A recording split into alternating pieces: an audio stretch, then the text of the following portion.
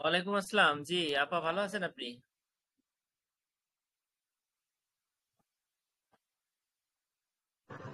জি sir, আলহামদুলিল্লাহ। আচ্ছা, আমার কথা শোনা যাচ্ছে? সবাই শুনতে পাচ্ছেন?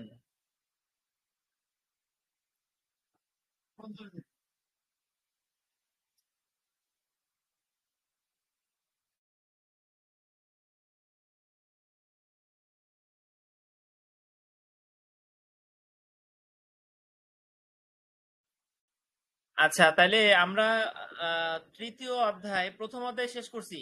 দ্বিতীয় অধ্যায়টা বাদ রেখে তৃতীয় অধ্যায়ে আসছি। আমরা বলছিলাম আগেই যে প্রথম এবং তৃতীয়টা শেষ করার পরে দ্বিতীয়টা ধরবো, কারণ দ্বিতীয়র সাথে চতুর্থের কিছু মিল আছে। এভাবে আমরা ধারাবাহিকভাবে পড়বো। ঠিক আছে, এখন তৃতীয় অধ্যায়ের আপনাদের আমি একটা প্রশ্ন পড়াইছিলাম, সেটা হচ্ছে 1 নম্বর প্রশ্নটা, নমুনার সংজ্ঞা দিন, নমুনার প্রকারভেদ উদাহরণ সহ আলোচনা করুন একটা। এরপরে 2 নম্বর প্রশ্ন দেখেন, এখানে কিন্তু 10টা প্রশ্ন আছে, আমাদের 10টাই পড়তে হবে না। আমরা 2 নম্বর প্রশ্নটা একটু দেখি, নমুনা সম্পর্কিত কতিপয় ধারণা। এটা বোধহয় এইভাবে সম্পূর্ণ কোন এক বছরে এসে গেছিল, নমুনা সম্পর্কিত কতিপয় ধারণা আলোচনা করুন। তো এখানে যদি এইভাবে আসে, তাহলে আপনি কি কি লিখবেন? আচ্ছা, তার আগে একটু ভুল হয়েছে, বিষয়টা হচ্ছে আমাদের কিছু বাদ ছিল প্রথম প্রশ্নে। দেখেন, প্রথম প্রশ্নটা অনেক বড়, কিন্তু যদি এইভাবে বড় বড় মানে পুরোটা আসে, নমুনার প্রকারভেদ উদাহরণ সহ আলোচনা করুন, সবগুলো প্রকারভেদ আলোচনা করতে বলে, তাহলে আপনি প্রত্যেকটার আপনি কিছু কিছু অল্প অল্প করে, ছোট ছোট করে আপনি দিতে পারবেন। ঠিক আছে, কিন্তু সাধারণত এভাবে আসবে না, হয়তো ভেঙে ভেঙে আসতে পারে। তা আমরা প্রথম দিন সম্ভাবনা নমুনায়নের সবগুলো কিন্তু পড়ছি 2টা ক্লাসের মাধ্যমে। গত ক্লাসটা ভিডিও আছে, ভিডিও দিয়ে দেব। দেখেন, ধারাবাহিক নমুনায়ন এবং বহু পর্যায়ে নমুনায়ন, এই দুইটা গতকালকে আমরা 7টা 15তে, এবং গুচ্ছ নমুনায়ন 7টা 15তে, এই তিনটা আমরা শেষ করছি। ভিডিওটা আজকে দিয়ে দেব। ঠিক আছে, তা আজকে আমাদের বাকি ছিল এখানে নিঃসম্ভাবনা নমুনায়ন। এখানে 3টা নমুনায়ন আছে, আপনারা যদি একটু মনোযোগ দেন তাহলে 3টা এখনই আপনাদের হয়ে যাবে। এরপরে আমি এই দ্বিতীয় প্রশ্নটা আপনাদের বুঝাই দিব, নমুনা সম্পর্কিত কতিপয় ধারণা। এখানে অনেক অনেক বিষয় আছে, আমাদের পড়লেই আমরা বুঝতে পারবো, খুব সহজ। আর কিছু বিষয় আছে একটু কঠিন লাগতে পারে, যেমন পরামিতি, নমুনাজ মান। ঠিক আছে, এই দুইটা নমুনার আকার কাঠামো, এটা আপনারা বুঝতে পারবেন। এই দুইটার কিছু টার্ম আছে এখানে, একটু ধারণা দিব। আর দেখেন, পরামিতি এবং নমুনাজ মান, এই টার্ম গুলো কিন্তু আমাদের দ্বিতীয় অধ্যায়ে লাগবে।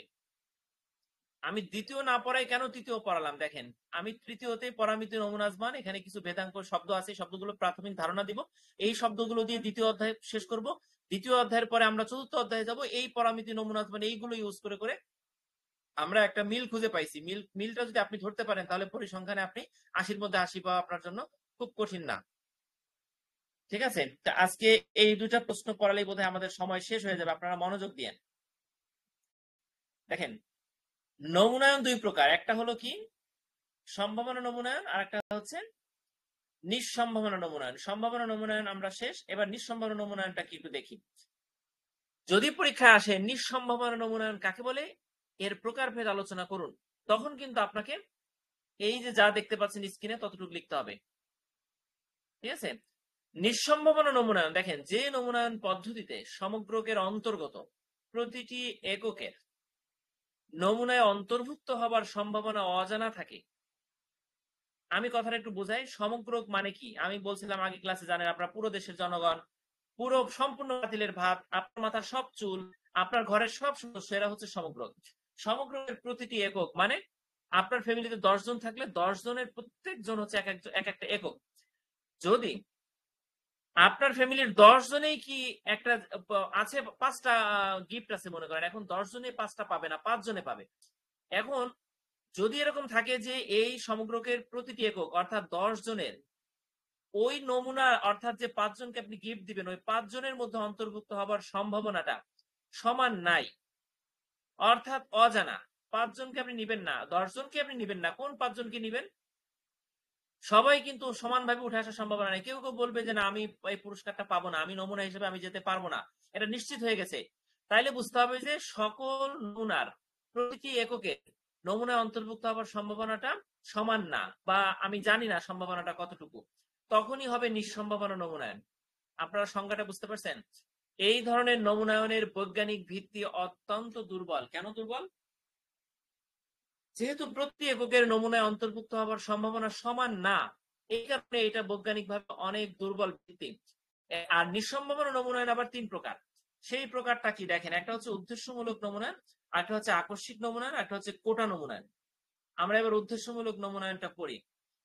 যে নমুনায়ন পদ্ধতিতে গবেষক উদ্দেশ্যমূলকভাবে তার পছন্দ অনুযায়ী সমগ্র হতে নমুনা নির্বাচন করেন তাকে উদ্দেশ্যমূলক বা ঐচ্ছিক নমুনায়ন বলে। উদ্দেশ্যমূলক নমুনায়নের আরেকটা নাম হচ্ছে ঐচ্ছিক নমুনায়ন। এখানে দেখেন, আপনি নমুনা সংগ্রহ করবেন অথবা আপনি প্রতিষ্ঠানের বস, আপনি আপনার প্রতিষ্ঠানে এবারে আপনি সকল কর্মচারীকে আপনি বোনাস দিবেন না। আপনি মনে করেন 50 জনকে দিবেন। এখন 50 জনকে আপনি লটারির মাধ্যমে বেছে নিলেন না। লটারির মাধ্যমে বেছে নিলে কিন্তু ওই আপনার প্রতিষ্ঠানের 500 জনই বলতো যে না, লটারিতে আমার অংশগ্রহণ করার বা লটারিতে আমার চান্স পাওয়ার সম্ভাবনা সমান। ঠিক আছে, তখন এটা কিন্তু সম্ভাবনা নমুনায়ন হতো। যেহেতু আপনি ম্যানেজার হয়ে নিজে 50 জনকে বেছে বেছে নিলেন, আপনার নিজের আত্মীয় স্বজনকে নিলেন, অথবা ভালো কাজ করে অথবা আপনার কথা শুনে এরকম মানুষদের বেছে নিলেন, তখন কিন্তু আপনি এখানে উদ্দেশ্যের ভিত্তিতে আপনি বাছাই করলেন। বুঝতে পারছেন? তখন এটা উদ্দেশ্যমূলক নমুনায়ন হবে। এটাকে আবার বিচার ভিত্তিক নমুনায়নও বলা হয়, জাজমেন্ট স্যাম্পলিং। আপনাকে কিন্তু বুঝতে হবে যে উদ্দেশ্যমূলক নমুনায়ন এর অপর নাম হচ্ছে বিচার ভিত্তিক নমুনায়ন। যদি পরীক্ষায় বিচার ভিত্তিক নমুনায়ন কে আসে, তখন আপনি তো লিখতে হবে আপনার। ঠিক আছে, দেখেন, কোন প্রতিষ্ঠানের কর্মচারীদের মাসিক ব্যয়ের তথ্য জানার জন্য প্রতিষ্ঠানের 500 জন শ্রমিক হতে পছন্দ মতো যদি 50 জনকে বাছাই করেন, তাহলে উদ্দেশ্যমূলক নমুনায়ন হবে। আমি যে ম্যানেজার কর্তৃক যে বোনাসের কথাটা বলছিলাম, ওটা কিন্তু একই এক্সাম্পল। ঠিক আছে, তাহলে আপনারা এটা বুঝতে পারছেন। এগুলো বুঝবেন, কিছু কিছু জিনিস পরিষ্কার হবে, কিছু কিছু টার্ম পরিসংখ্যানে আপনার গল্প বানাতে হবে, নিজের থেকে একটা গল্প বানাবেন। আমি গল্পটা কি হতে পারে আমি বোঝাই দিব। কিছু কিছু জিনিস 50% বুঝবেন আর 50% আপনি একটু মুখস্থ করবেন। ঠিক আছে, এই 3টা জিনিস অ্যাপ্লাই করে পরিসংখ্যানকে আপনি একবারে সহজ করে ফেলবেন। আচ্ছা, এবার দেখেন আকস্মিক নমুনায়ন। আমরা শব্দটা শুনেই বুঝে ফেলছি যে আকস্মিক নমুনায়নটা কি। আকস্মিক নমুনায়নটা হঠাৎ করে যে বৃষ্টি নামলো, এটা আকস্মিক ঘটনা। ঠিক আছে, তা আকস্মিক নমুনায়নটা কি দেখেন, যে পদ্ধতিতে গবেষক বিশেষ কোনো নিয়মে নমুনা সংগ্রহ না করে তাৎক্ষণিকভাবে যাকে সামনে পাবেন তাকে যদি নমুনা হিসেবে গ্রহণ করেন, তাহলে তাকে আকস্মিক নমুনায়ন বলে। যেমন দেশের রাজনৈতিক পরিস্থিতি জানার জন্য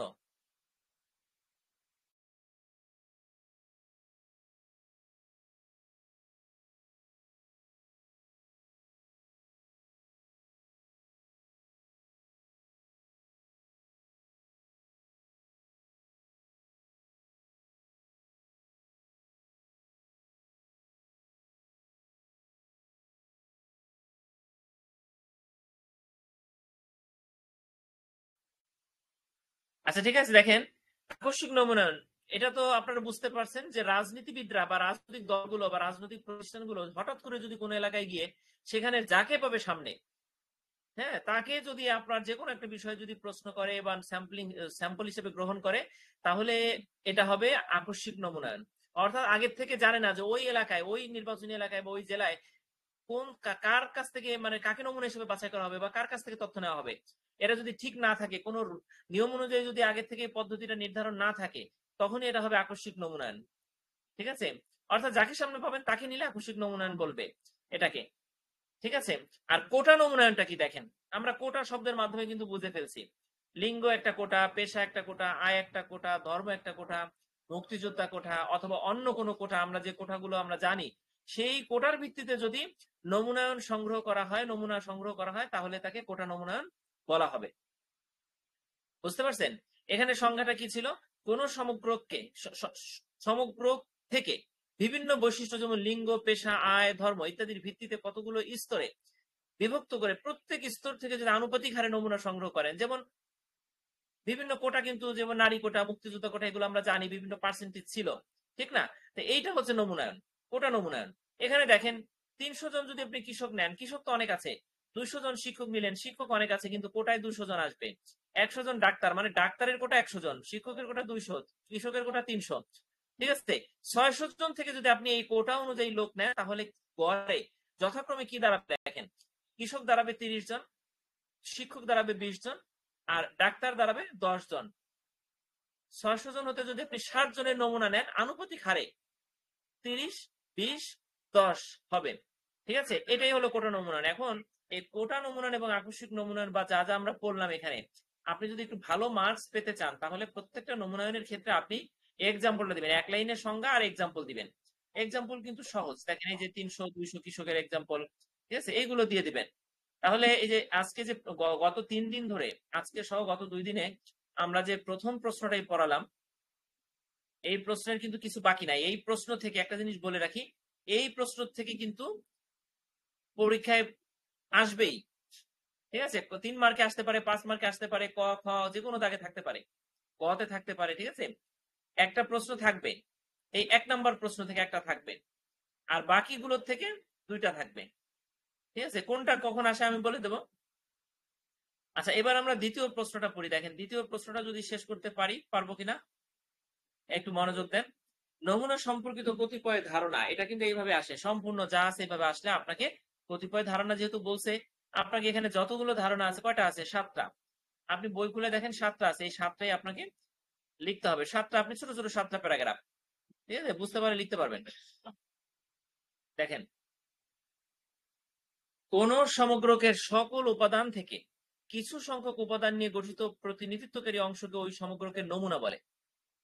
এই নমুনা একটি সঠিক এবং উপযুক্ত প্রতিনিধিত্ব প্রদান করে, যাতে সমগ্রকের সাধারণ বৈশিষ্ট্য সম্পর্কে অনুমান করা যেতে পারে।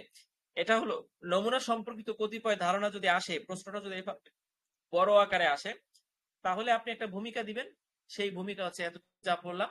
এবার আমরা নমুনা সম্পর্কিত কতিপয় ধারণা পড়ি। দেখেন, প্রথমেই আপনাকে আমি 7টা, এই প্রশ্নটা হুবহু আসলে আপনি যে 7টা ধারণা লিখবেন, সেই 7টা ধারণাটা পয়েন্টসটা আগে একটু মুখস্থ করাই দিই আপনাকে। দেখেন, প্রথমেই আছে সমগ্রক বা তথ্য বিশ্ব। কেন এটাকে প্রথমে দিবেন আপনি? কারণ আপনি যে নমুনা বের করবেন, নমুনার অধ্যায়টা পড়তেছেন, এই নমুনার অধ্যায়ের 1 নাম্বার জিনিসটা কি বলেন তো? পপুলেশন, সমগ্র জনসংখ্যা বা তথ্য বিশ্ব। আপনি আবার মাথার চুল থেকে 5টা চুল নিয়ে আপনি পরীক্ষা করে দেখবেন যে আপনার চুলে কোনো প্রকার রোগ ব্যাধি আছে কিনা, মাথায় কোনো প্রকার রোগ ব্যাধি আছে কিনা। তাহলে আপনি 5টা যে চুলটা নিলেন সেটা হলো নমুনা, আর পুরো মাথার চুল হচ্ছে সমগ্র বা তথ্য বিশ্ব বা পপুলেশন, ঠিক আছে। তাহলে নমুনা সম্পর্কিত অধ্যায়ের প্রথম বিষয় কিন্তু সমগ্র বা তথ্য বিশ্ব, এই জন্য এটাকে 1 নম্বরে দিবেন। 2 নম্বরে কি আছে? সমগ্রক একক, মানে পুরো মাথার চুল হচ্ছে সমগ্রক, আর সমগ্রকের প্রতিটা চুল হচ্ছে এক একটা ইউনিট। তাহলে বলেন, 1-এর পরে কিন্তু 2 নাম্বার আসবে। 2 নাম্বারের পরে কি আসবে বলেন তো? সমগ্রক একক আর নমুনা এককের মধ্যে পার্থক্য আছে। সমগ্রক একক হচ্ছে আপনার মাথার চুলের প্রত্যেকটা চুল হচ্ছে সমগ্রক একক, আর নমুনা একক হচ্ছে মাথার চুল থেকে যদি 5টা চুল বেছে নেন, তাহলে 5টা চুল হচ্ছে প্রতিটা এক একটা নমুনা একক। তাহলে 1 2 3 আপনারা পড়ার আগে আপনারা বুঝে ফেলছেন যে আমি আসলে কি পড়াবো। আচ্ছা, এবার দেখেন, এই 3টা তাহলে পড়ানোর পরে 4 5 এই 2টা পড়াতে গেলে একটু বেশি আলোচনা করা লাগবে। আমি আপনাদের 1 2 3টা আগে পড়াই। সমগ্রক বা তথ্য বিশ্বটা কি? দেখেন, এটা কিন্তু আগেই পড়াইছি আমরা এই অধ্যায়ে। কোন একটি পরীক্ষায় বা পর্যবেক্ষণে সুনির্দিষ্ট কিছু বৈশিষ্ট্যের অধিকারী সম্ভাব্য সকল উপাদানের সেটকে সমগ্রক বা তথ্য বিশ্ব বলে। যেমন আপনার মাথার চুল, সব কিন্তু সুনির্দিষ্ট কিছু বৈশিষ্ট্যের অধিকারী, কাছাকাছি বৈশিষ্ট্যের অধিকারী। সমগ্রকের প্রতিটি উপাদানকে একক বলা হয়। যেমন আমরা যদি ধানমন্ডি লেকের মাছ সম্পর্কে কোনো গবেষণা করতে চাই, তবে ওই লেকের সবগুলো মাছ নিয়ে একটি মৎস্য সমগ্রক হবে। অনুরূপভাবে ঢাকা শহরের ট্যাক্সি ড্রাইভারদের মাসিক গড় আয় জানতে হলে ঢাকা শহরের সকল ট্যাক্সি ড্রাইভারদের মাসিক আয়ের তালিকা হলো তথ্য বিশ্ব। কথাটা বুঝতে পারছেন? এবার আমাদের তথ্য বিশ্ব সম্পর্কে এখানে বড় একটা প্যারাগ্রাফ, যদি আপনি এটাকে ছোট করতে চান আপনার কাছে এক্সাম্পল সহ। দেখেন, একটা সাধারণত একটা কিছু লিখলে আপনাকে গণিত পরিসংখ্যানে একটা এক্সাম্পল আসে, গাণিতিক এক্সাম্পল অথবা টেক্সটের মাধ্যমে। এই এক্সাম্পল গুলো দিলেই আপনার প্রশ্নটা স্বয়ংসম্পূর্ণ হয়, 3 পাবার উপযুক্ত হবে, ঠিক আছে। এখন এতটুকু লেখার পরে আপনি যদি সমগ্র তথ্য বিশ্ব সম্পর্কে 3 মার্কেও আসে, তাহলে আপনাকে অন্তত এতটুকু বলতে হয় যে এককের সংখ্যার উপর ভিত্তি করে সমগ্রকে 2 ভাগে ভাগ করা যায়। একটা হলো সসীম আর একটা হচ্ছে অসীম সমগ্রক। আমরা সসীম এবং অসীম এই শব্দগুলো কিন্তু বুঝে ফেলছি আমরা। সসীমটা কি? দেখেন, সসীম মানে যার শেষ আছে, অসীম মানে যার শেষ নাই। দেখেন, যে সমগ্রকের উপাদান সসীম, অর্থাৎ সমগ্রকের উপাদান সমূহ গণনা করে শেষ করা যায়, তাকে সসীম বলে। অর্থাৎ রূপনগর গ্রামে বসবাসরত 2000 জন লোকের মাথা পিছু আয়ের তথ্য পাওয়া গেল, তাহলে আপনি বুঝলেন যে 2000 জন যেহেতু, সেহেতু এটা সসীম, মানে গুণে আপনি শেষ করতে পারবেন। আচ্ছা, অসীমটা কি দেখেন, ওই যে মাথার চুলের এক্সাম্পলটা যেটা আমি বারবার বলি, সেটা এখানে আছে এক্সাম্পল হিসাবে। যদিও কোনো কিছুই অসীম না, পৃথিবীতে অনেক কিছুই সবই সসীম, আপনি হয়তো মাথার চুল গণনা করে শেষ করতে পারবেন, তবে এটা কিন্তু খুব ঝুঁকিপূর্ণ এবং গণনা করে শেষ করাটা কঠিন। ঠিক আছে, এই জন্য আপনি এক্সাম্পলটা এখানে আনলেন। তাহলে সসীম এবং অসীম সমগ্রটা কি আমরা কিন্তু বুঝতে পারছি, এবং সমগ্র কাকে বলে সেটাও আমরা বুঝতে পারছি। যদি কোনো অস্পষ্টতা থাকে আমাকে বলবেন, আমি যতদূর সম্ভব, যেহেতু আমি আপনার নবম ব্যাচের, দশম ব্যাচের, আমি তো পড়ে আসছি এটা, এই জন্য আমি যেহেতু পড়ে আসছি, এই জন্য আপনাদের আমি হয়তো পড়াচ্ছি, আপনারা বলবেন কোনো টার্ম না বুঝলে, আমি যতদূর সম্ভব আমি চেষ্টা করবো বোঝানোর। আচ্ছা, এবার 2 এবং 3 দেখেন, সমগ্র এককটা কি। আমি আগেই বলছি সমগ্র এককটা হলো মাথার চুলের প্রত্যেকটা চুল হলে এক একটা সমগ্র একক। সংজ্ঞাটা কি, যদি একটি সমগ্রকের উপাদানগুলোর প্রত্যেকটি এক একটি সমগ্র একক বলে, একটি সমগ্রকের সমস্ত উপাদানগুলোর এক একটিকে সমগ্রক একক বলা হয়। ঠিক আছে, একটা এক্সাম্পল দিয়ে দিবেন। এরপরে নমুনা এককটা কি দেখেন, কোন সমগ্রকের একটি নমুনার প্রতিটি উপাদানকে নমুনা একক বলে। নমুনা একক কিন্তু মাথার চুলের সবাই না, একটা স্কুলের সব ছাত্রছাত্রী কিন্তু নমুনা একক না। ফুল স্কুলে যদি 50 জন 500 জন স্টুডেন্ট থাকে বা 2000 স্টুডেন্ট থাকে, তাহলে 100 জন, 50 জন, 20 জন হচ্ছে নমুনা। এই নমুনার প্রত্যেক স্টুডেন্ট হলো এক একটা একক বা ইউনিট। তাহলে এই সংখ্যাগুলো আপনারা বুঝতে পারছেন। ঠিক আছে, যেভাবে বুঝবেন একটু বারবার পড়বেন। অনেকে আছেন যে আমরা বুঝছি, ঠিক আছে লিখে দেবো, তখন লিখতে গিয়ে দেখা যাচ্ছে লেখার মানটা খুব খারাপ হয়ে যাচ্ছে। পরীক্ষার হল ভাই, যতই আপনি পারেন না কেন, আপনি কিন্তু লিখতে পারবেন না। ঠিক আছে, কারণ পরীক্ষার হলে আমি দেখছি যে অনেক বড় বড় ম্যানেজার, ঠিক আছে, তার অধীনে কত এমবিএ ডিগ্রিধারী লোক, হ্যাঁ, ওনার এমবিএ ডিগ্রি নাই, উনি শখ করে পড়তে আসছেন, অথবা ওনার এখন প্রয়োজন নেই, এরকম মানুষ আসছেন। স্টুডেন্ট কালে খুব ব্রিলিয়ান্ট ছিলেন, ডিস্ট্রিক্টের সবচেয়ে ভালো ছাত্র ছিলেন, কিন্তু এমবিএ তে সেই মৌলিক ব্যবস্থাপনাটাই পরীক্ষা দিতে পারলেন না। কেন পারলেন না বলেন তো? আপনাকে কিন্তু ভাই এই জিনিসগুলো জানতে হবে, যে কেন এই ম্যানেজার মৌলিক ব্যবস্থাপনা পরীক্ষা মুখ কালো করে বের হলেন। এটা যদি আপনি জানতে পারেন, তাহলে আপনার পরীক্ষা ভালো হবে, আপনি যতই পড়েন না কেন। ঠিক আছে, এই সামনে যে ফার্স্ট সেমিস্টার পরীক্ষা আছে, এই পরীক্ষা কিন্তু এখানে আমরা যারা আছি বা আমরা যারা পরীক্ষা দেবো, 50% এর পরীক্ষা খারাপ হয়। ঠিক আছে, ভালোভাবে লিখতে পারেন না, মৌলিক ব্যবস্থাপনায় একবারে শেষ। ওই দিনে আমি দেখছি যে অনেকে আছে ওই দিনই পরীক্ষা দিয়ে লাস্ট চলে গেছে, আর তাদের চেহারা দেখলাম না, দ্বিতীয় পরীক্ষায় তারা বসেন নাই। ঠিক আছে, মানব সম্পদে আর তারা বসতে পারেন নাই, যায় নাই। ফোন দিলাম, ভাই কেন আসলেন না? না ভাই আমার দ্বারা সম্ভব না, এইটা সেইটা, কিন্তু আসলে উনি লিখতে পারেননি, হাত চলে নাই। ঠিক আছে, এই জন্য আপনাদের আমি কিছু টিপস দিব, টিপস গুলো পুঙ্খানুপুঙ্খ ভাবে অনুসরণ করলে আপনি পরীক্ষার হলে ভালো রেজাল্ট করে আসবেন। ঠিক আছে, আপনি যা পারেন তাই লিখলেই মার্কস পাবেন, কিন্তু ওই টিপস গুলো কিন্তু খুবই গুরুত্বপূর্ণ। আচ্ছা, এবার আমরা দুইটা বিষয়ে দেখেন, পরামিতি এবং নমুনাজ মান। নমুনাজ মানের ইংরেজি হচ্ছে স্ট্যাটিস্টিক, আর পরামিতির ইংরেজি হচ্ছে প্যারামিটার। এখন আমরা এই পরামিতিটা কি আর নমুনাজ মানটা কি, এটা আপনাদের আমি সহজভাবে বোঝাবার চেষ্টা করব। তবে পরামিতি এবং নমুনাজ মান সম্পর্কে আমরা আরো ডিটেলস জানবো হচ্ছে পরের অধ্যায়গুলোতে। ঠিক আছে, তো এখানে এই দুইটা যেহেতু এই দুইটা হচ্ছে আপনার নমুনা সম্পর্কিত বিভিন্ন ধারণা, তো প্রাথমিকভাবে এটা আমাদের যতদূর সম্ভব বোঝার চেষ্টা করবো। দেখেন পরামিতিটা কি, দেখেন তথ্য বিশ্ব হতে যা কিছু পরিমাপ করা হয় তাকে পরামিতি বলে। আপনি বইতে অবশ্যই দেখে ফেলছেন যে পরামিতি নামে একটা চ্যাপ্টার আছে, বুঝতে পারছেন? এখন পরামিতি নামে যদি একটা চ্যাপ্টার থেকে থাকে, তাহলে আপনাকে এই পরামিতিটা সহজভাবে বুঝতে হবে। সহজভাবে বুঝতে গিয়ে ওই চ্যাপ্টারটা পড়তে গিয়ে আপনাকে কিছু কিছু টার্ম, কিছু কিছু বাক্য আসবে একটু জটিল, কিন্তু আপনি যে প্রথমেই আজকে বুঝলেন যে তথ্য বিশ্ব হতে যা কিছু পরিমাপ করা হয় তাকে পরামিতি বলে, এই প্রথম সংজ্ঞাটাই আপনাকে ওই চ্যাপ্টারটা, পরামিতির চ্যাপ্টারটা সহজ করে দিবে।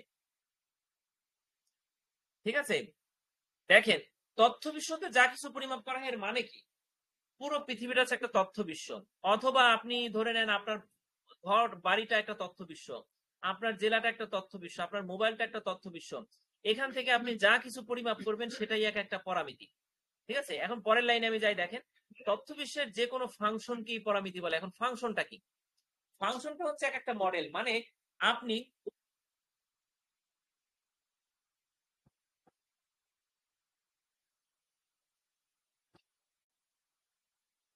আচ্ছা ফাংশনটা হচ্ছে একটা মডেল, মানে আপনি দুই আর দুই যোগ করলেন, এই যে 2 আর 2 যে 4 হলো, এটা কিন্তু একটা ফাংশনের মাধ্যমে হয়েছে, একটা নিয়মের মাধ্যমে, একটা মডেলের মাধ্যমে হয়েছে।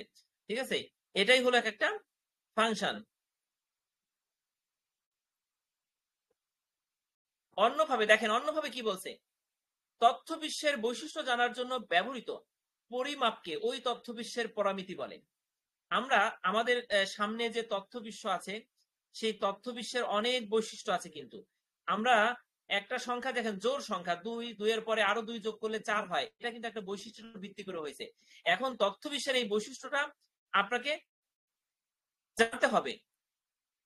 তথ্য বিশ্বের এই বৈশিষ্ট্য জানার জন্য আমরা যে পরিমাপটা করি, ওই তথ্য বিশ্বের পরামিতি হলো ওই পরিমাপ। বুঝতে পারছেন? আচ্ছা, এই বাক্যটা এবার তাহলে দেখেন, পরামিতি সাধারণত অজানা থাকে এবং সর্বদাই এরা ধ্রুবক হয়। ধ্রুবক মানে কি? যেটা পরিবর্তন হবে না। ঠিক আছে, আর অজানা থাকে মানে আপনাকে ফাংশনের মাধ্যমে বের করতে হবে। আচ্ছা, যেমন এখানে আছে দেখেন, সমগ্র গড়, পপুলেশন মিন। পপুলেশন মানে জনসংখ্যা বা সমগ্র, মিন মানে গড়। আপনি যে গড় বের করে, আমরা যে 2 আর 2 4 করে 2 যোগ 2 যোগ 5 যোগ 7, এই 4টা যোগ করে 4 দিয়ে ভাগ দিলে গড় হয়, তাই না? এই যে সমগ্রকের যে গড় যদি আপনি বের করেন, গড় শুধু ওইভাবে বের করেন, আরো অনেকভাবে বের করেন, অনেক সূত্রের মাধ্যমে, এটা একটা পরামিতি। যদি সমগ্রকের ভেদাঙ্ক বের করেন, ভ্যারিয়েন্সটা বের করেন, পপুলেশন ভ্যারিয়েন্স, তাহলে এটাও একটা পরামিতি। তা আমরা এখানে 2টা পরামিতির নাম জানলাম, আরো কিছু পরামিতি আছে, সেগুলো আমরা পরবর্তী অধ্যায়গুলোতে আমরা জানবো। আমি পরামিতি সম্পর্কে আরো একটু ধারণা দেবার চেষ্টা করি আপনাদের।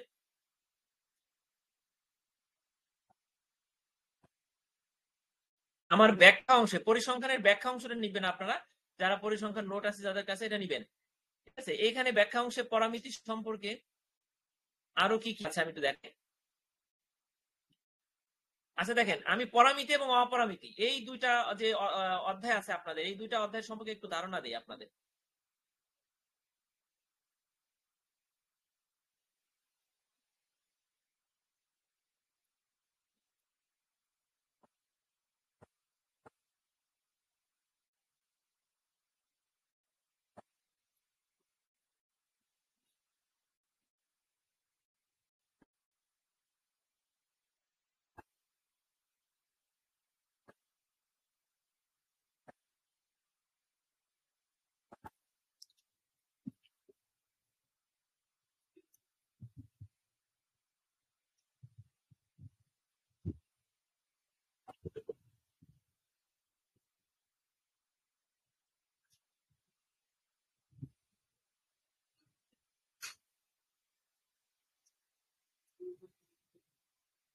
দেখেন, পরামিতিটার অপরামিতিটা কি, দুইটা একটু পার্থক্য করে দেই। দেখেন, যে পরিসংখ্যানিক পদ্ধতিগুলোতে আপনি ধরে নিবেন যে জনসংখ্যার একটা নির্দিষ্ট বন্টন আছে, মানে নির্দিষ্ট নিয়ম অনুযায়ী, নির্দিষ্ট বন্টন বিধি অনুযায়ী আপনি আপনার যে সমগ্রটা বা জনসংখ্যাটা, সেটাকে আপনি বন্টন করতে পারবেন, তাহলে সেটা হচ্ছে পরামিতি।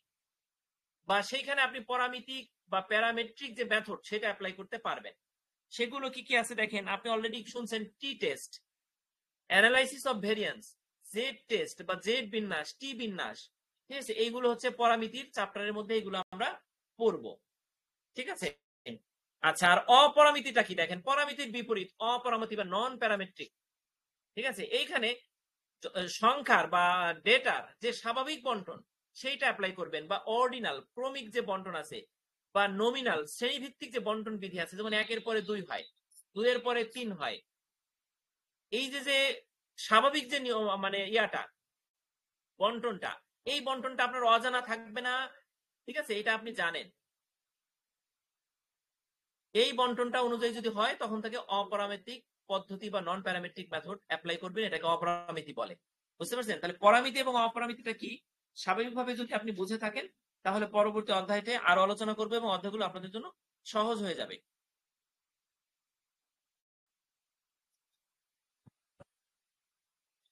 আচ্ছা, আর এই দেখেন, আর একটা জিনিস এখানে আছে, ভেরিয়েন্স। এই ভেরিয়েন্স বা ভেদাঙ্ক, আমরা এই ভেদাঙ্কটা অনেক সময় বুঝি না। ঠিক আছে, এই ভেদাঙ্কটা কি আপনাদের একটু বুঝাই। আমরা পরিসংখ্যানে যে ফাংশন গুলো ইউজ করব, ব্যবহার করব, সেই ফাংশনের মধ্যে ভেরিয়েন্স বা ভেদাঙ্ক একটা ফাংশন। ঠিক আছে, অর্থাৎ কন্টিনিউটি যেখানে নেই, যেখানে কন্টিনিউটি শেষ হয়ে যাবে সেইখানে ভেদাঙ্কের উৎপত্তি ঘটবে। ভেদাঙ্ক হচ্ছে ডিসকন্টিনিউটি। বুঝতে পারছেন? আমি যদি একটা এক্সাম্পল দিয়ে আপনাদের দেখাই তাহলে বুঝতে পারবেন।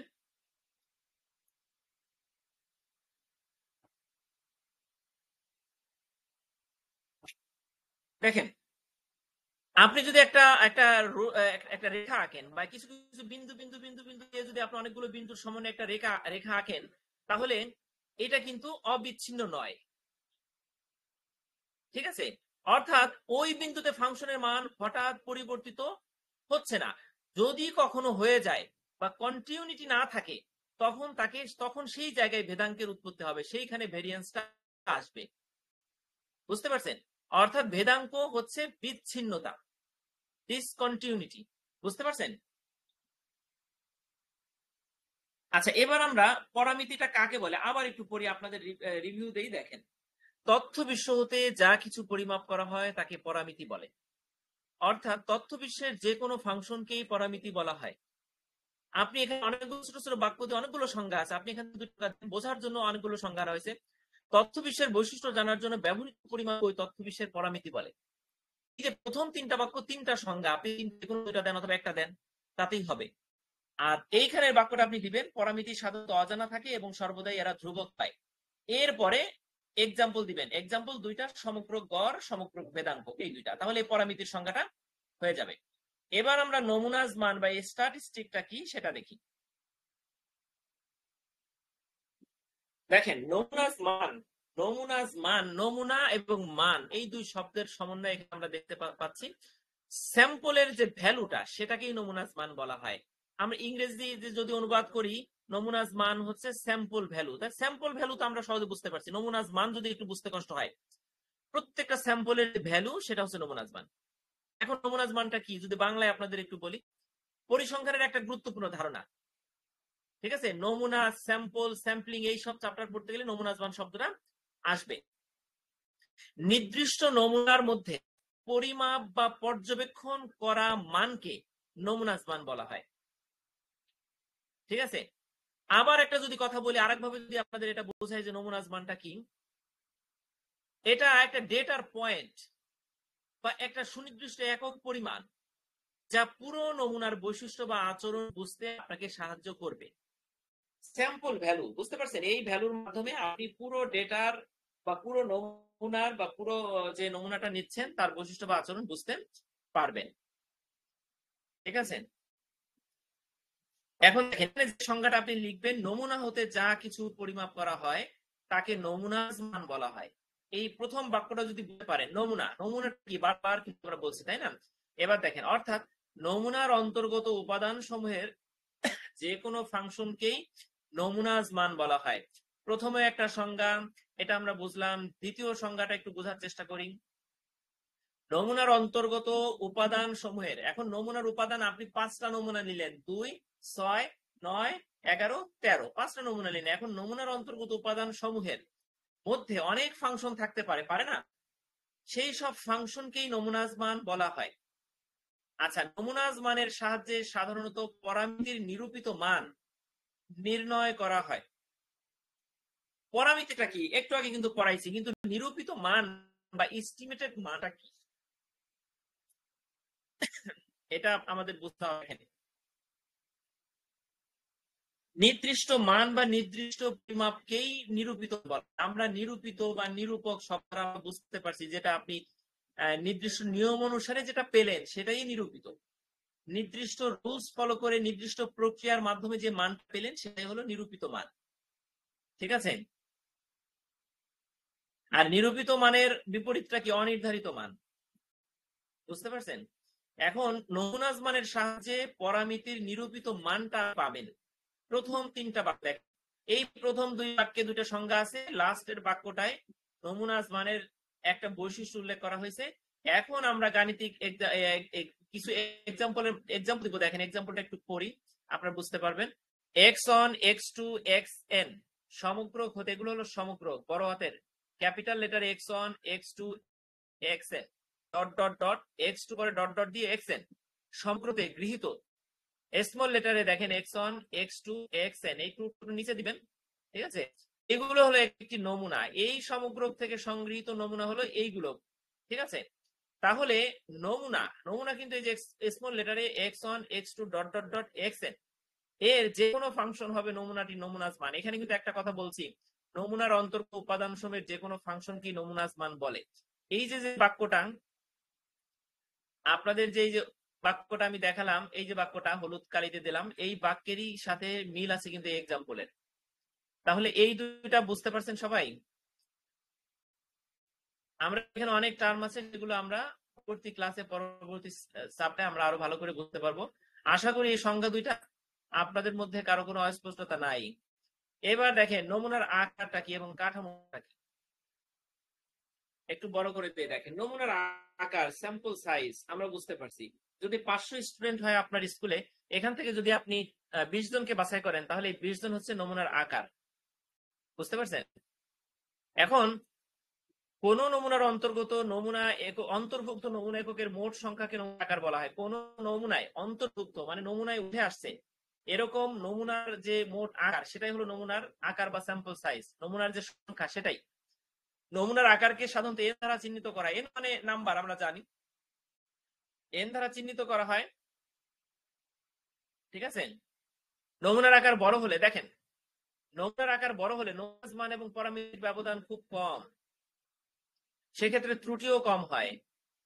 এই যে কথাটা, এই যে দুইটা বাক্য, এই বাক্য দুইটার আরো বিস্তারিত ব্যাখ্যা আমরা পরামিতির চ্যাপ্টারে আমরা বুঝবো, এবং দ্বিতীয় চ্যাপ্টারে বোধহয় থাকতে পারে, ঠিক আছে? চতুর্থ চ্যাপ্টার, পঞ্চম চ্যাপ্টারে আমরা এগুলো আরো ভালো করে বুঝবো। এখানে কি বলছে দেখেন, অথবা এই অধ্যায়ে একটা প্রশ্ন আছে, স্যাম্পলিং এরর, SE, ঠিক আছে? নমুনা ত্রুটি। আমরা নমুনা ত্রুটির চ্যাপ্টারে আমরা এটা আরো ভালো করে বুঝবো। নমুনার আকার যদি বড় হয়, দেখেন আপনার যে 500 স্টুডেন্ট, সেখান থেকে যদি 5 জনকে আপনি বাছাই করেন, তাহলে 5 জনের মাধ্যমে কিন্তু আপনি 5 জন ভালো ছাত্র না খারাপ ছাত্র সেটা দেখে পুরো স্কুলের ছাত্রদের মূল্যায়ন করতে পারবেন না। তার মানে নমুনার আকার যদি ছোট না হয়ে বড় হতো, মানে 500 জনের মধ্যে 400 জন নিয়ে ফেলছেন, বা 300 জন, 250 জন, 200 জন নিয়ে ফেলছেন, 100 জন নিয়ে ফেলছেন, তাহলে নমুনার আকার বড় হলে নমুনার মান মানে নমুনা থেকে যে মানটা আসবে, এবং পরামিতি তো আপনারা আগে বুঝছেন, আমি যতটুকু আলোচনা করছি পরামিতি, এই যে নমুনাজ মান এবং পরামিতি দুইটার ব্যবধান বের করা যায়, ব্যবধান বের করতে হয়, ঠিক আছে? এই দুইটার ব্যবধান খুব কম হবে, আর যখনই কম হবে তখন ত্রুটিও কম হবে। আমরা সাধারণত জানি যে নমুনার আকার বেশি হলে ওই গবেষণা ফলাফলটা ভালো আসে, ঠিক আছে? সেই ক্ষেত্রে আপনি মনে রাখবেন যে নমুনার আকার যদি বড় হয় তাহলে ত্রুটি কম হবে। আকার বড় তার মানে ত্রুটি কম, আর ত্রুটি কম হলে মাঝে যে জিনিসটা থেকে যায় সেটা আপনাকে একটু মনে রাখতে হবে, সেটা হচ্ছে নমুনাজ মান এবং পরামিতির ব্যবধান খুব কম হবে। আপনি বেশি লিখবেন না, আপনি মনে রাখেন নমুনার আকার বড় হলে মাঝে নমুনাজ মান এবং পরামিতির ব্যবধান কম হবে, কম হলেই লাস্টের যে কথাটা সেটা হলো ত্রুটিও কম হবে। বুঝতে পারছেন? এই বাক্যটা একটু বুঝেন। উদাহরণটা যদি আমরা দেই, কোন কোম্পানির উৎপাদিত বাল্বের জীবনী শক্তি নির্ণয়ের জন্য একটা কোম্পানির বাল্ব 100টি বাল্বের একটা লট আছে মনে করেন। এখন 1000টি বাল্বের যে লট, সেখান থেকে যদি আপনি 40টা বাল্বের একটা নমুনা নির্বাচন করেন, তাহলে নমুনার আকার n সমান 40, ঠিক আছে? এটা কিন্তু ইজি একটা এক্সাম্পল। এরপরে আমরা নমুনার আকার আবার দুই প্রকার, ক্ষুদ্র নমুনা, বৃহত্তর নমুনা।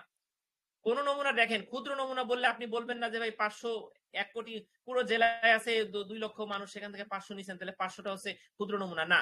আপনার ওই 2 লক্ষ মানুষের তুলনায় 500 ক্ষুদ্র হতে পারে, কিন্তু পরিসংখ্যানের ভাষায় 500 ক্ষুদ্র না, ঠিক আছে? আর বৃহত্তর নমুনাও কিন্তু ওই যে একেবারে যে মানে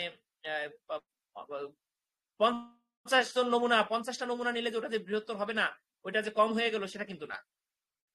আমরা পরিসংখ্যানের ভাষায় ক্ষুদ্র এবং বৃহত্তর নমুনা কাকে বলে একটু দেখি। কোন নির্বাচিত নমুনায় নমুনা এককের সংখ্যা যদি 30 বা তার কম হয়, অর্থাৎ n less than or equal 30, এই ক্যালকুলেশনটা আপনারা বুঝতে পারছেন? এই যে চিহ্নটা বুঝতে পারছেন, লেস দেন অর ইকুয়াল, হ্যাঁ, মানে 30 অথবা 30 এর থেকে, এর মানটা হচ্ছে 30 অথবা 30 এর থেকে ছোট, হয় 30 না হয় 30 এর থেকে ছোট, ঠিক আছে? তার মানে নমুনা যদি 30 হয়, মানে আপনার স্টুডেন্ট আছে 500 বা 1000, আমি ওখান থেকে 30 জনকে নিছি, তাহলে সেটা ক্ষুদ্র নমুনা। 29 জনকে নিছি, ক্ষুদ্র নমুনা। বৃহত্তর নমুনা কি দেখেন, কোন নির্বাচিত নমুনায় নমুনা এককের সংখ্যা 30 এর বেশি হলে, নমুনা এককের সংখ্যা যদি 30 এর বেশি হয়, তাহলে এই দেখেন n গ্রেটার দেন 30, তার মানে হলো n এর মান 30 থেকে বড়, 30 থেকে বড় হলে সেই নমুনাকে বৃহত্তর নমুনা বলা হয়। এবার লাস্টে একটা আছে কাঠামো বা ফ্রেম। কাঠামোটা কি আমরা বুঝে ফেলছি। কোষ সমগ্রকের সকল এককের বা উপাদানের পূর্ণ তালিকাকে কাঠামো বলে। আপনার স্কুলের পুরো 5,000 স্টুডেন্টের ফুল নাম, ওইটা হলো কাঠামো। ওখান থেকে কেউ বাদ যাচ্ছে না। কোন কলেজে দ্বাদশ শ্রেণীর ছাত্রদের গড় বয়স নির্ণয়ের জন্য এই যে এক্সাম্পলটা আছে দেখছেন, সহজ। ঠিক আছে, তো আজকে আমরা এই প্রশ্নটা পড়লাম। দেখেন এই অধ্যায় পরিসংখ্যান অধ্যায়, পরিসংখ্যান আপনাদের কিন্তু বলছি যে 1 এবং 3 এই দুইটা অধ্যায় থেকে আপনি দুইটা প্রশ্ন 8 আর 8 16 মার্ক আপনি পেয়ে গেলেন। এখানে 16 তে 16 আপনাকে বাঁধাতে হবে। তারপরের অধ্যায়গুলো আমি আরো সহজ করে দিব। হ্যাঁ, যতদূর সম্ভব আপনার জায়গায় বসে মানে বুঝে শিখে মুখস্থ যাই বলেন না কেন, ঠিক আছে, সবগুলো আপনারা করতে পারবেন। ঠিক আছে, আপনাদের দশম ব্যাচ নবম ব্যাচ যাদের পরীক্ষা আছে বা দশম ব্যাচ কেবল শুরু করছেন, ঠিক আছে, আপনারা কলেজে যাবেন, স্যার পড়াবে, খুব বুঝে ফেলবেন। ঠিক আছে, অনেক সময় কিন্তু সারা পরিসংখ্যান পড়াই যাচ্ছে, হিসাব বিজ্ঞান পড়াই যাচ্ছে, কিন্তু আমরা বুঝতে পারতেছি না কেন? কারণ আমাদের ওই মনোযোগ থাকে না। ঠিক আছে, এই জন্য আপনার আগে থেকে বাসায় বসে ধীরে সুস্থে পড়তে হবে। ঠিক আছে, প্রতিষ্ঠানের উপর ডিপেন্ড করে আপনি শিখে ফেলবেন এটা কিন্তু ভাবা যাবে না। আপনাকে প্রতিষ্ঠান থেকে শিখে এসে, ঠিক আছে, আপনাকে পড়তে হবে বাসায়, না হলে এগুলো সম্ভব পারবেন না, লিখতে পারবেন না। কারণ সেকেন্ড সেমিস্টারে আরো অনেক জটিল জটিল বিষয় আছে। ঠিক আছে, ফার্স্ট সেমিস্টারে কিছু না। আচ্ছা, তাহলে প্রথম যে দুইটা প্রশ্ন আমরা পড়লাম, এই দুইটা কিন্তু পরিসংখ্যানের অনেক গুরুত্বপূর্ণ দুইটা প্রশ্ন। এই দুইটা থেকে আপনি নবম ব্যাচ বা অষ্টম ব্যাচ দশম ব্যাচ এগুলো কিন্তু আসবে পরীক্ষায়। ঠিক আছে, এখন এখানে একটা প্রশ্ন আছে, দেখেন উদ্দেশ্যমূলক। এই প্রশ্নটা জাস্ট একটু বুঝাই দিই, আপনারা নিজেরা পড়বেন, আর পড়াতে হবে না। পরীক্ষা আসলে যে কিভাবে লিখবেন দেখেন। উদ্দেশ্যমূলক বা ঐচ্ছিক নমুনায়নের সংজ্ঞা, সুবিধা অসুবিধা। আমরা কিন্তু উদ্দেশ্যমূলক বা ঐচ্ছিক নমুনায়নের সংজ্ঞাটা পড়ে ফেলছি। কোথায় পড়ছি বলতে পারবেন? 1 নম্বর প্রশ্নে পড়ে ফেলছি, শুধু সুবিধা এবং অসুবিধা পড়ি নাই। তাহলে উদ্দেশ্যমূলক নমুনায়নের সংজ্ঞা যেহেতু পড়ছি, নতুন করে আর পড়বো না। এখন সুবিধা কি দেখেন, সুবিধা 3টা সুবিধা আছে এখানে, আর অসুবিধা আছে 3টা। এখন বইতে বোধহয় সুবিধা অসুবিধা ছোট করে আছে, আমি কেন বড় করে লিখলাম জানেন? আমি আপনাকে পরামর্শ দেব এই কারণে, দেখেন এই প্রশ্নটা যদি 8 মার্কে আসে, তাহলে আপনি ওই যে 3টা বাক্যে, সুবিধা বইতে আছে বোধহয় এতটুকু ছোট করে একটা বাক্য, এতটুকু ছোট করে একটা বাক্য, 3টা বাক্যে লিখলে আপনি ফুল 8 এর মধ্যে 8 পাবেন না। আপনাকে 3টা সুবিধা একটু বড় করে, আমার এখানে যতটুকু বড় আছে আপনি ততটুকু বড় পড়ে গিয়ে খাতায় আপনি লিখতে পারবেন না। হয়তো এখানে 3টা 4টা বাক্য থাকলে আপনি 2টা বাক্য লিখলেই যথেষ্ট। ঠিক আছে, আপনি মোটামুটি 3টা প্যারাগ্রাফ দিবেন, এখানে 3টা প্যারাগ্রাফ দিবেন। ঠিক আছে, আমি এটা এই প্রশ্নটা 22 বেজে গেছে, 23 বেজে গেছে, আজকে আমি ঢাকা থেকে জার্নি করে বাড়িতে আসছি। ঠিক আছে, আমাদের জায়গা জমির একটা বিষয় আছে, একটা জায়গা কিনবো, এই জন্য মূলত আসা। কালকে সেখানে যাব, জায়গাটা দেখবো, হয়তো সারাদিন ব্যস্ত থাকবো। তারপরও আশা করি আমাদের যে রুটিন আছে, রুটিন অনুযায়ী আমাদের পড়াশোনা চালাইতে হবে, কারণ অষ্টম ব্যাচের সেকেন্ড এবং থার্ড একসাথে পরীক্ষা হতে পারে।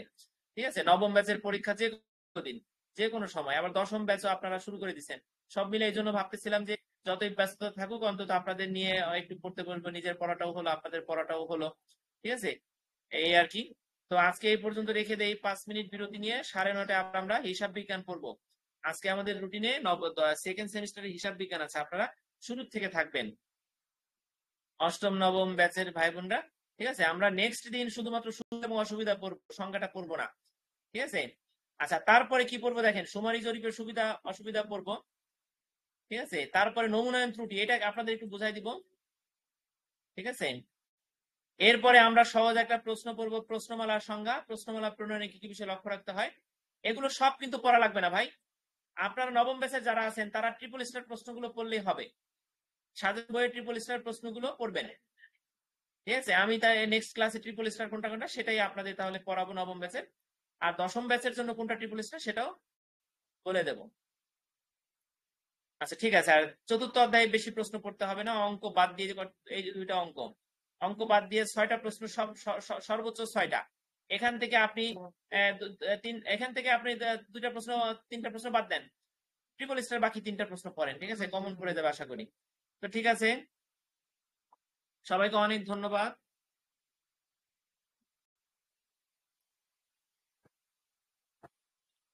আচ্ছা ঠিক আছে, সবাই যারা যারা জয়েন করছেন সবাইকে অনেক ধন্যবাদ, সবাই ভালো থাকবেন। ইনশাআল্লাহ 9:30টায় আবার হিসাব বিজ্ঞান ক্লাসে আপনাদের সাথে আবার কথা হবে। তো আজ এ পর্যন্তই, কেউ কিছু যদি না বলেন তাহলে রেখে দিব। জি ঠিক আছে, জাস্ট 9:30টায় আপনারা আবার উপস্থিত থাকবেন। সবাইকে অনেক ধন্যবাদ। আসসালাম।